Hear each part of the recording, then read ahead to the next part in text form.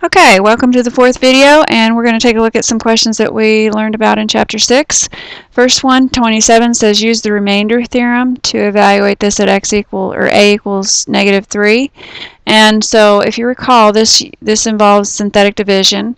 With synthetic division, we have to be very careful that we don't have any MIAs or missing in action terms. And as I look at this or inspect it, I see that the fourth power is missing. So I need to remember to place a 0 in for that fourth number as I take away the variables. I'm just rewriting this. These are all negatives. This is going to be fun. Alright, so let's just double check. That's 1, 0, -10, -6, yeah. Alright, so now I'm going to divide it. And I'm not going to change the sign this time because it's not written as a factor. It's actually written as a value though there. So again, I'm going to drop this down and start dividing. That gives me -3. I'm going to add. That gives me -3 again. That's 9. I'm going to add those together. That gives me -1. That gives me +3. And that's add those together. We get -3. Multiply those two out. We get +9. Which is -1. That gives me a +3 again. This kind of got a theme to it. And -6. Well, as you recall, when we use the remainder theorem, the last term in the answer is the remainder. So this is what this would equal. So in other words, if I plug a -3 into A, I'm going to wind up with a -6 in the end. That's kind of a neat tool. Number 28 says name any additional zeros. Well, the irrational root theorem states that irrational roots come in conjugate pairs. I'm not going to take the conjugate of -5 because it is not an irrational number. So my answer is going to be 1 minus the square root of 3. Remember, conjugates are a plus b, a minus b.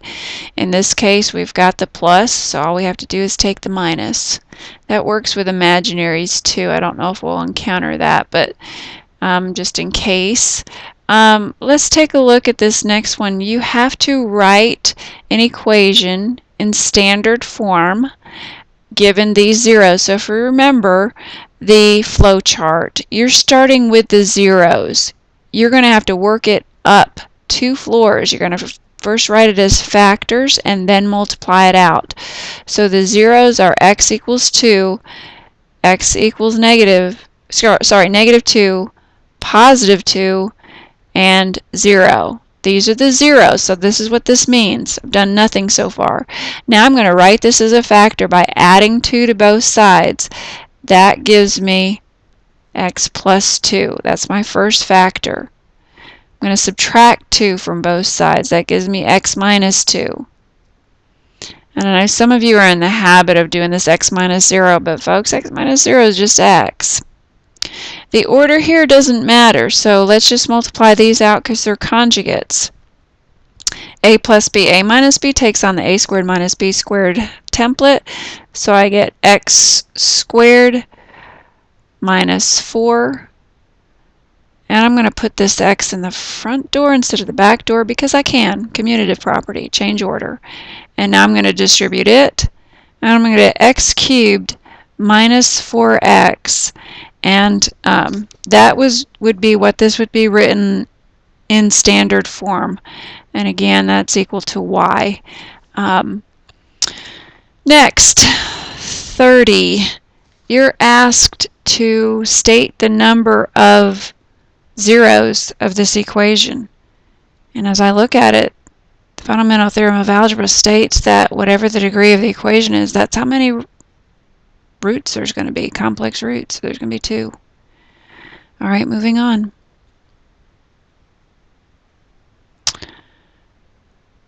(31) is asking you to find all the zeros, and -3 is a given. So let's go ahead and set this up as a synthetic division problem. I'm not missing any terms. And I'm going to put negative 3 there. I'm going to drop the 1 and start multiplying and adding, multiplying and adding, multiplying and adding. And this should have happened, folks. We should have gotten a 0 because they told us that negative 3 was a 0, so the remainder would be 0. And now I can put the variables back in. X squared plus 4x minus 5. If it's not factorable this way, then you have to use the quadratic formula, but let's just check it and see. Are there, well, we would know that this would be x and x to get that first term, x squared. We're trying to get a negative 5 when we multiply this, but they have to add up to a positive 4. Is that possible?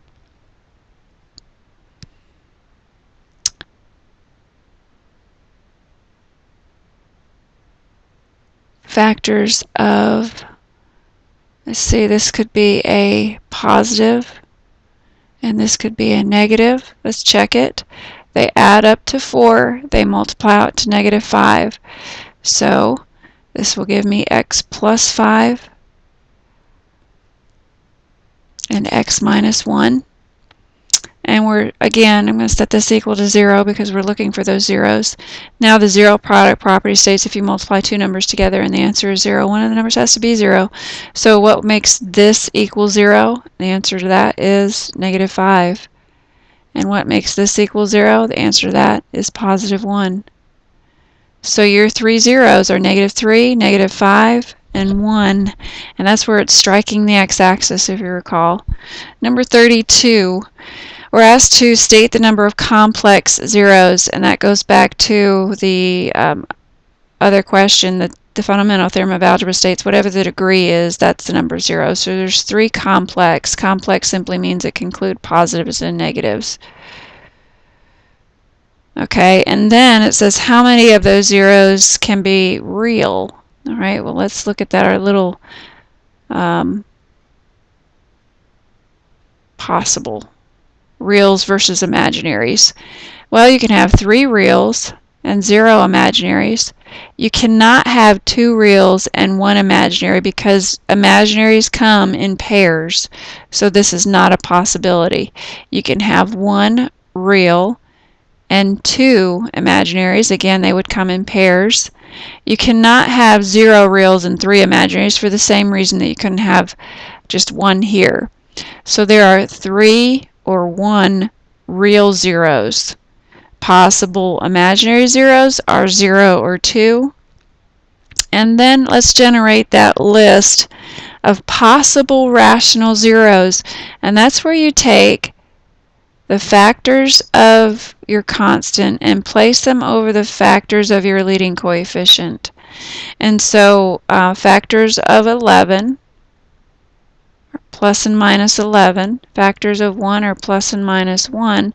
So my list of possible rational zeros would be plus and minus, and we want to come up with as many combinations of this as we possibly can, and that's not going to be difficult.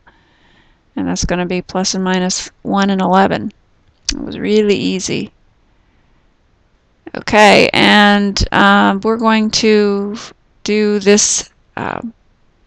The last 2 questions will be done. With g at negative 4, gosh, you couldn't ask for an easier question. All you're doing is replacing the x with a negative 4, and that should be absolute value, minus 1. Well, negative 4 minus 1 is negative 5. And the absolute value of negative 5 is positive 5, so that's going to be 15 minus 1, which is 14. I guess we can do this last one since it's on this page. You're simply going to be replacing g of a with 2a plus 4 and f of a with negative 3a minus 1. And you're just simplifying this. Again, you're not solving this, so don't start adding 3a to both of these. You want to just combine. So that's going to give you negative a plus 3. And that would be your answer, and that concludes this video.